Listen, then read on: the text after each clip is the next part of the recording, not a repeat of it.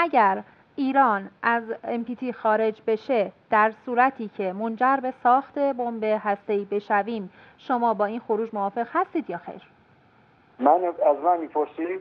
بله از شما پرسیدم. من میگم از NPT خارج نشیم و بمب هسته‌ای رو آرام و پنهان درست کنیم. یعنی هم یعنی NPT باشیم و هم بمب هسته‌ای رو بسازیم. ببینید ما بهانه نیاز نیست که بدیم که آقا ما از NPT خارج شدیم باشه. اونجوری که آقای دکتر بدتر میشه که ما بهونه رو بیشتر کردیم برای اینها. مگه پنهان میتونیم بمب اتم بسازیم؟ پس چرا اصلا عضو NPT شدیم؟ ببینید ته NPT میدونید یعنی چی؟ تهش که شما پایان بدید همکاری رو، یعنی آژانس بیاد رو شما نظارت نداشته باشه اصلا. خب حالا آژانس نظارت نداره، مثل اسرائیل که الان آژانس روش نظارت وقتی داره، یعنی هر جا خودش بگه. البته اینی که تو صحبت آقای محسنی اومد گفت که نه ما از اونها استفاده نمی‌کنیم، نه ما از لحاظ در واسه پژوهش علمی از اونها استفاده می‌کنیم. حتی هفته قبلی که می‌خواست روسیه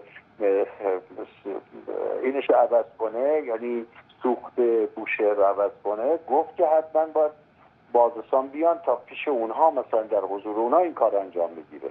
و ما استفاده میکنیم، نه اینطور. من نظرم اینه که از NPT خارج نشیم، همین که با آژانس همکاری نمی کنیم یعنی خروج از NPT، بمب هسته‌ای بسازیم. این در حالتیه که آقای دکتر ما تعلیق کرده بودیم بحث همکاریامونو.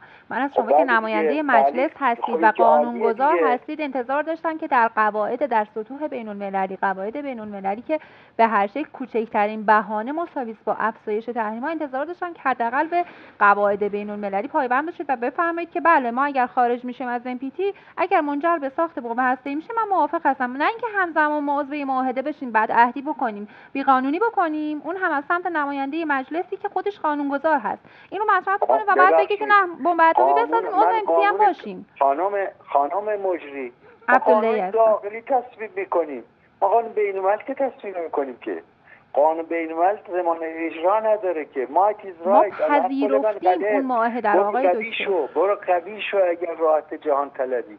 اینطوری نیست که شما فکر کنید مثلا من نماینده در داخل ایران بتونم حافظ نظام بین‌الملل باشم. حافظ نظام بین‌الملل نظام‌های ائتلافی چند قطبیه.